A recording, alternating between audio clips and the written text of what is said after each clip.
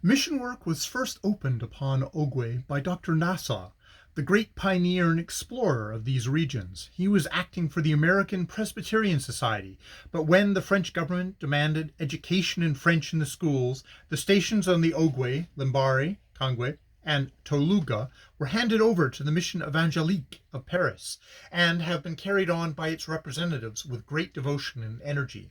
I am unsympathetic in some particulars, for the reasons of my own, with Christian missions, so my admiration for this one does not arise from the unusual ground of admiration for missions, namely that, however they may be carried on, they are engaged in a great and holy work.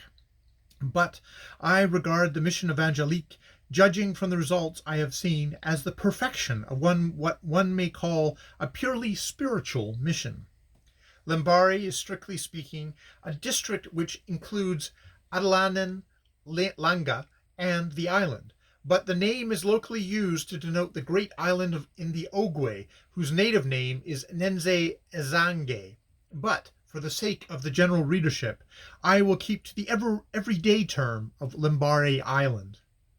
Lmbrn Island is the largest of the islands of the Ogwe. It is some 15 miles long, east and west, and a mile to a mile and a half wide. It is hilly and rocky, uniformly clad with forests, and several little permanent streams run from it on both sides into the Ogwe.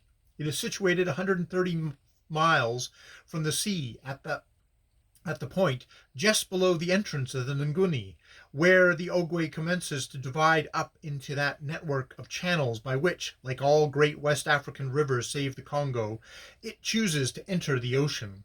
The island, as we mainlanders at Kongwe used to call it, was a great haunt of mine, particularly after I came down from Talaguga,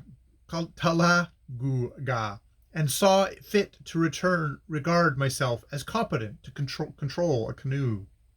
From Andande, the beach of Kawe, the breadth of the arm of the Ogwe to the nearest village on the island was about that of the Thames at Blackwell. One half of the way was slack water, the other half was broadside on to a stiff current. Now my pet canoe at Andande was about 6 feet long, pointed at both ends, flat-bottomed, so that it floated on top of the water. Its freeboard was, when nothing was in it, some 3 inches, and the poor thing had seen trouble in its time, for it had a hole you could put your hand in at one end, so in order to navigate it successfully, you had to squat at the other, which immersed that to the water level, but safely elevated the damaged end in the air. Of course, you had to stop in your end firmly, because if you went forward, the hole went down into the water, and the water went into the hole, and forthwith, with you foundered with all hands, i.e. you and the paddle and the calabash bailer. This craft also had a strong weather helm, owing to a warp in the trees of which it was made.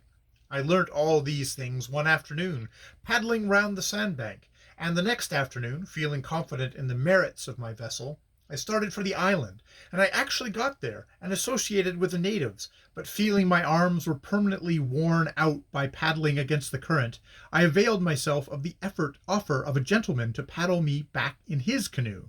He introduced himself as Samuel, and volunteered the statement that he was, quote, a very good man, unquote. We duly settled ourselves into the canoe, he occupying the bow, I sitting in the middle, and Mrs. Samuels sitting in the stern. Mrs. Samuel was a powerful, pretty lady, and a conscientious and continuous paddler. Mr. S. was none of these things, but an ex-Bible reader, with an amazing knowledge of English, which he spoke in a quaint falsetto, far-away sort of voice. And that man's besetting sin was curiosity. "You be Christian, ma?" he said. I asked if he had ever met a white man who was not. "Yes, ma," said Samuel. I said, "You must have been associating with people whom you ought not to have known." Samuel, fortunately, not having a repartee for this, paddled on with his long paddle for a few seconds. "Where be your husband, ma?" was the next conversational bomb he hurled at me. "I got no one," I answer. "No got?" said Samuel, paralyzed with astonishment, and as Miss S., who did not know English, gave her one of her very vigorous drives with her paddle at this moment, Samuel, as near possible, got jerked head first into the Ogwe, and we took on board about 2 bucketfuls of water. He recovered himself, however, and returned to his charge. No got one, ma'am? No, said I. No, say I furiously. Do you get much rubber round here?